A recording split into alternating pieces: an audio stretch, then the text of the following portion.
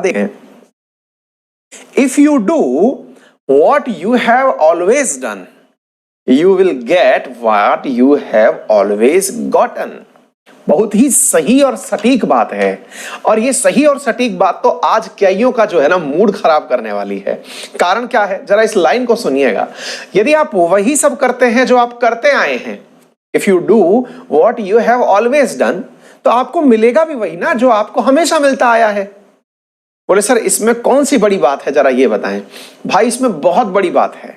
यदि आप जैसे पढ़ रहे थे, आप जिस तरह से पढ़ रहे थे वैसे ही आज भी पढ़ रहे हैं, और आपने आज यदि ये सोच लिया कि मैंने टारगेट तो बड़ा बना लिया है लेकिन मैंने मेरे तरीकों में परिवर्तन नहीं किया है, तो यकीन मानिए सर कि आपके रिजल्ट्स में भी परिवर्तन नहीं आएगा।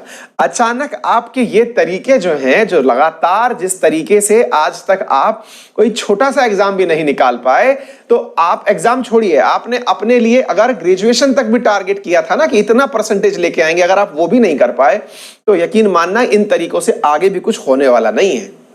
अर्थात आपको सोचना पड़ेगा कि किस चीज को प्राप्त करने के लिए कितनी मेहनत रिक्वायर्ड है। यानी कि हर स्क्रू ड्राइवर से दुनिया के सारे के सारे स्क्रू नहीं खुल जाते हैं। दुनिया में केवल एक ही चाबी हर ताले की नहीं हो सकती है। आप जिस एग्जाम की तैयारी कर रहे हैं उस एग्जाम के लिए अपने प्रकार की एक स्किल रिक्वायर्ड होती है। अगर आप एसएससी की तैयारी कर रहे हैं तो निश्चित ही आपका 4 विषयों पर पकड़ बहुत अच्छी होनी चाहिए। मैथ, रीजनिंग, इंग्लिश, जीके, इनकी पकड़ बहुत अच्छी होनी चाहिए। यदि आप यूपीएससी की तैयारी कर रहे हैं तो आपकी पकड़ करंट इश्यूज पर और जीके पर बहुत अच्छी होनी चाहिए।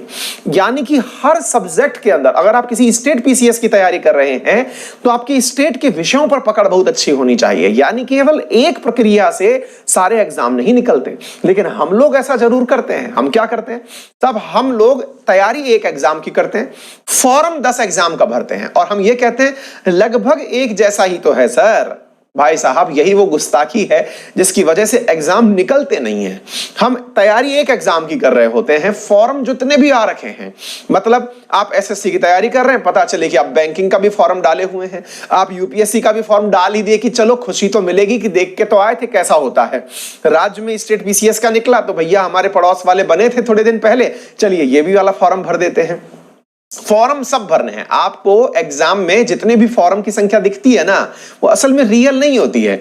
बहुत सारे लोग आप जैसे भी तो होते हैं जो फॉर्म भरे होते हैं, जो इसीलिए फॉर्म भर दिए कि देख के आएंगे पेपर कैसा होता है।